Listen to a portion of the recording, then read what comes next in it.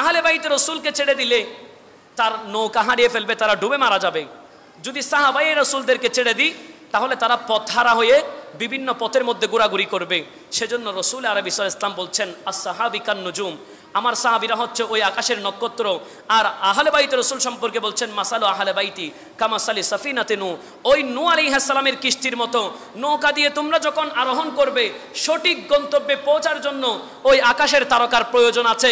সেজন্য যারা আহলে বাইতে রসুলকে ভালোবেসেছে এবং সাহাবায়ে রসুলদেরকে মহব্বত করেছে, তাজিম করেছে, রসুলের প্রেম ইশক অন্তরের মধ্যে ধারণ করতে পেরেছে, একমাত্র তারাই আহলে সুন্নাত ওয়াল জামাতের অধিকারী, তারাই হকপন্থী। আল্লাহ তাদেরকে একমাত্র নাজাত প্রাপ্ত বানাবে। সুবহানাল্লাহ। সেজন্য ইমামগণ আমাদের জামানা নয়, রসুলের পরের জামানা থেকে এই পর্যন্ত সমস্ত আহলে সুন্নাত ওয়াল জামাতের ইমামরা হযরতে আমিরে মুআবিয়া রাদিয়াল্লাহু তাআলা এর স্থানের মধ্যে সে কলমকে বন্ধ করে রেখেছে। কারণ আমিরে মুআবিয়া রাদিয়াল্লাহু তাআলা এর সম্পর্কে যদি আমরা দেখি, সর্বপ্রথম তিনি কাতেবে ওয়াহি, কোরআনুল কারীমের ওয়াহি লেখক সাহাবীর মধ্যে একজন তিনি।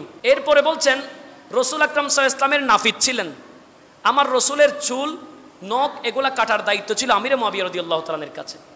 ইন্তেকালের সময় তিনি ওসিয়ত করছেন, আল্লাহ তো আমাদেরকে বলেছে রাদিয়াল্লাহু আনহুম ওয়া রাদু আন, আল্লাহ বলেছেন আমাদের প্রতি আল্লাহ সন্তুষ্ট, আল্লাহর প্রতি আমরা সন্তুষ্ট, সমস্ত সাহাবী জান্নাতি, এটা ঘোষণা হয়েছে।